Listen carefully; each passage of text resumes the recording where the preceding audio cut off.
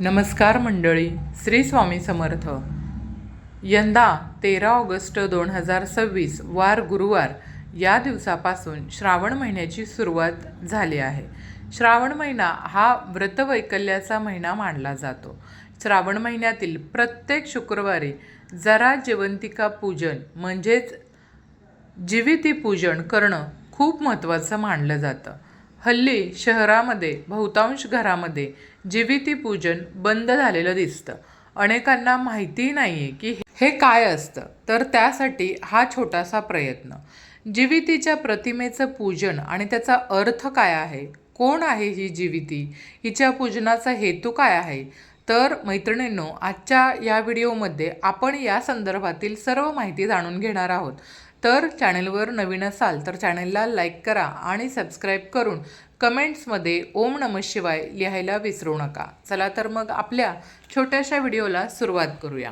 आषाढ महिन्याच्या अमावस्येला हे दीपपूजन केलं जातं आणि याच दिवशी जरा जिवंतिका पूजनसुद्धा करतात. दिवा हे ज्ञानाचं, वृद्धिंगतेचं प्रतीक आहे. अज्ञानाचा नाश करून ज्ञानाकडे जाणाऱ्या मार्गाचा मुख्य आधार म्हणजे दीप होय. तुम्ही एक दिवा उजळा, त्यावरून तुम्ही हजारो दिवे उजळू शकता. त्यामुळंच याला वंशवृद्धीचं प्रतीक असं मानतात. या प्रतीकाचं पूजन म्हणजेच दीपपूजन. आता दुसरी पूज्य देवता ती म्हणजे जिवती. जिवतीची प्रतिमेच्या रूपात पूजा केली जाते. संपूर्ण श्रावण महिना या प्रतिमेचं पूजन मातृशक्तीकडून केलं जातं व आपल्या अपत्यांच्या मंगलतेची प्रार्थनासुद्धा केली जाते. ही प्रतिमा विशेष अर्थपूर्ण अशी आहे. या एकाच प्रतिमेत 4 वेगवेगळ्या देवतांच्या वरवर पाहता परस्परांशी संबंध नसलेल्या स्वतंत्र प्रतिमा आहेत. संपूर्ण महाराष्ट्रात याच प्रतिमेचं पूजन केलं जातं. यातील एकही प्रतिमा बदललेली दिसत नाही. काय रहस्य असेल हो या प्रतिमा क्रमाचं, तर लक्षात घ्या. जिवती प्रतिमेमध्ये बघा, बाजारामध्ये जिवतीचा फोटो मिळतो किंवा प्रतिमा मिळते. तर या प्रतिमेमध्ये प्रथम नरसिंह, नंतर कलियामर्दन करणारा कृष्ण, मध्यभागी मुलांना खेळवणाऱ्या जरा जिवंतिका आणि सगळ्यात खाली बुध बृहस्पती गुरु यांचा समावेश असतो. याच क्रमात त्यांना पूजलं जातं. त्याची कारणमीमांसा आज आपण पाहणार आहोत. बघा, प्रथम भगवान नरसिंहच का, तर भगवान विष्णूंचा चौथा अवतार असलेले नरसिंह आपल्या बाळभक्तासाठी प्रकट झाले. ही कथा आपल्या सर्वांना माहिती आहे. बाळ प्रल्हादाचे हिरण्यकशिपूपासून म्हणजेच दैत्यापासून रक्षण करणं याच मूळ उद्देशानं भगवंताने हा अवतार धारण केला होता. बालकांचं रक्षण आणि बालभक्तासाठी अवतार धारण केलेली देवता म्हणून भगवान नरसिंह या प्रतिमेत पूजले जातात. म्हणजेच नरसिंह घरात ओढावणाऱ्या आपत्तीपासून आपल्या बाळाचा बचाव करतात. जसं उंचावरून पडणं, अन्नातून कधी विषबाधा होणं, आगीपासून होणारी हानी इत्यादी. त्यानंतर येतात कालियामर्दन करणारा श्रीकृष्ण. यातील नाग आणि गोपाळकृष्ण दोन्ही पण श्रावणातील आराध्य दैवत मानले जातात. बघा, मग नाग प्रतिमा वेगळी आणि कृष्ण प्रतिमा वेगळी न देता कालियामर्दन करणारा श्रीकृष्णच का, तर आपण जर कालियामर्दन प्रसंगाचा विचार केला ना, तर लक्षात येईल की या प्रसंगात कृष्ण आणि त्याचे मित्र खेळत असताना त्यांचा चेंडू यमुनेच्या डोहात गेला होता आणि कृष्णाने तो परत आणला. खेळणाऱ्या बागडणाऱ्या मुलांवर आलेला वाईट प्रसंग कृष्णाने दूर केला. तसंच कालियाला न मारता त्यालाही अभय देऊन दूर जाण्याचा आदेश दिला. नाग हा सरपटणाऱ्या प्राण्यांमध्ये मुख्य सरपटणाऱ्या प्राण्यांपासून वाचवणारा, त्याचबरोबर महत्त्वाच्या प्राण्यांना अभय देणारा, खेळात बागडत असताना बालकांवर आलेल्या वाईट प्रसंगातून वाचवणारा कृष्ण येथे कालियामर्दन रूपात पूजला जातो.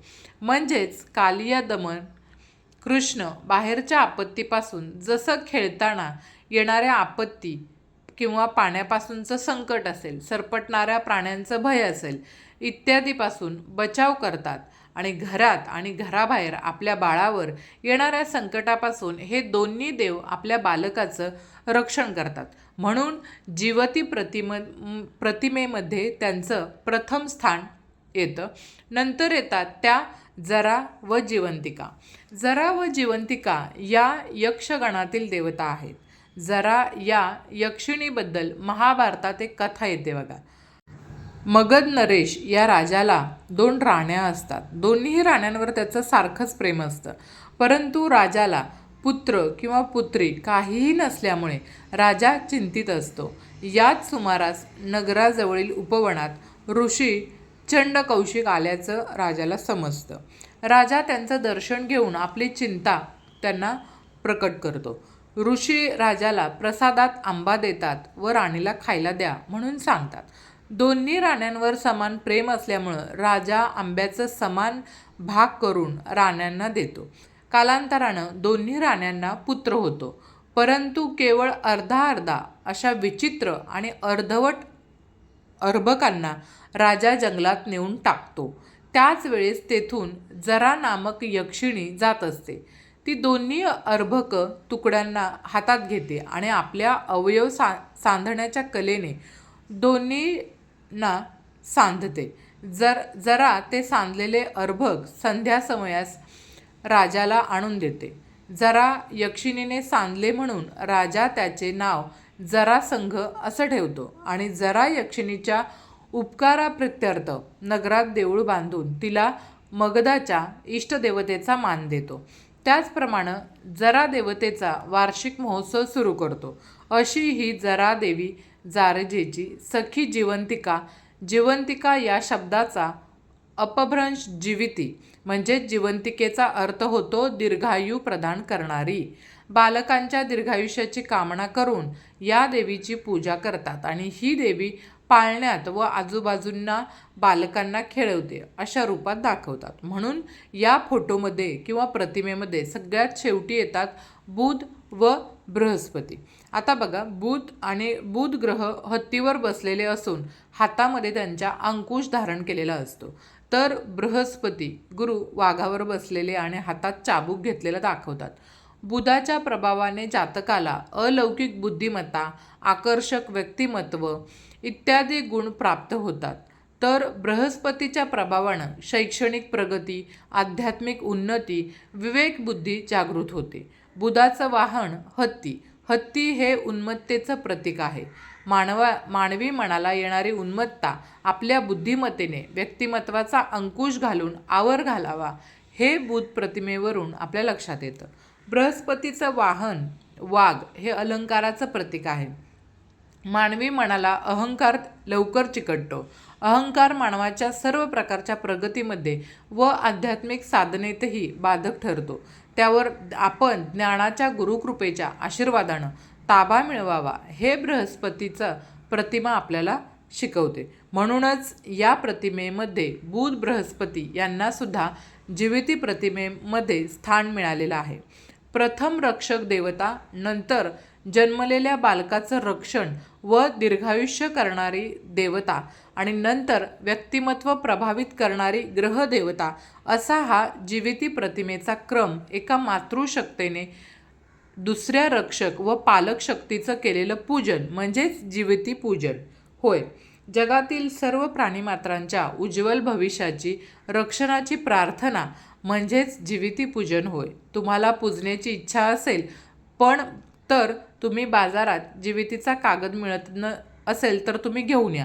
पण जर तुम्हाला तो जिवितीचा कागद किंवा फोटो प्रतिमा नाही मिळाली तर तुम्ही प्रिंटआउट घ्या. गुगलवर सुद्धा तुम्हाला मिळून जाईल आणि पूजन करा. पूजन करत असताना बघा, आपल्याला तो फोटो किंवा प्रिंटआउट आपल्या भिंतीला लावायचा आहे. गंध, पुष्प, धूप, दीप आपल्याला दाखवायचा आहे. नैवेद्य दाखवायचा. घरातील मुलाबाळांना नमस्कार करायला सांगायचा. दूध साखरेचं तीर्थ द्यायचं आणि श्रावण संपल्यावर याचं विसर्जन करायचं. श्रावण अमावस्येला हा कागद उपडा करून ठेवायचा आणि दुसऱ्या दिवशी विसर्जन करण्याची प्रथा आहे बघा. श्रावणानंतर तो आपल्या मुलांना कागद दिसता कामा नये याची मात्र आपल्याला काळजी घ्यायची आहे. तर मैत्रिणींनो, व्हिडिओमधील माहिती उपयुक्त वाटली असेल तर आजच व्हिडिओला लाईक करा आणि सबस्क्राईब करायला अजिबात विसरू नका. व्हिडिओ शेवटपर्यंत पाहिल्याबद्दल आपल्या सर्वांची मनापासून आभारी आहे. धन्यवाद.